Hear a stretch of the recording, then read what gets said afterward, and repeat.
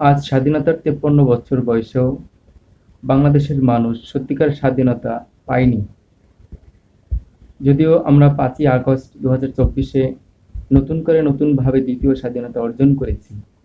কিন্তু আমি স্পষ্ট দেখতে পাচ্ছি যে মানুষের মনে একটা মানুষ আরেকটা মানুষের প্রতি যে জোর-জুলুম, অন্যায়, অবিচার করা, অনিয়ম এই রকমের স্বভাব মানুষের অন্তর থেকে দূরীভূত হচ্ছে না। তার একমাত্র কারণ হলো শিক্ষা।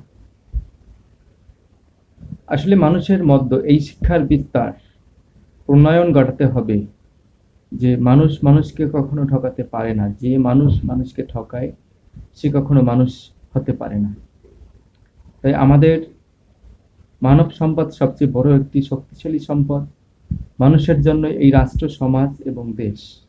কিন্তু সেই মানুষকে সত্যিকার অর্থে যদি সত্য, ন্যায় এবং মানুষের কল্যাণে যদি আমরা গঠন করে তুলতে না পারি, তাহলে আমরা সত্যিকারের এই স্বাধীনতা পেয়েও সত্যিকারের স্বাধীনতা হারিয়ে ফেলব। কাজেই সকলের প্রতি উদাত্ত আহ্বান থাকবে, আপনারা প্রত্যেকটি মানুষ প্রত্যেকটি জায়গা থেকে সচেতন ভাবে অনুপ্রাণিত উজ্জীবিত হওয়ার চেষ্টা করুন যে আমি যেমন একটি মানুষ, ঠিক সকল মানুষের প্রতি সদ্ব্যবহার করা এবং ভালো কিছু করা। মানুষ মানুষের কখনো খারাপ কিছু চিন্তাও করতে পারে না। এইটা সত্যিকারে যে পোষণ করতে পারে সেই সত্যিকারের মানুষ।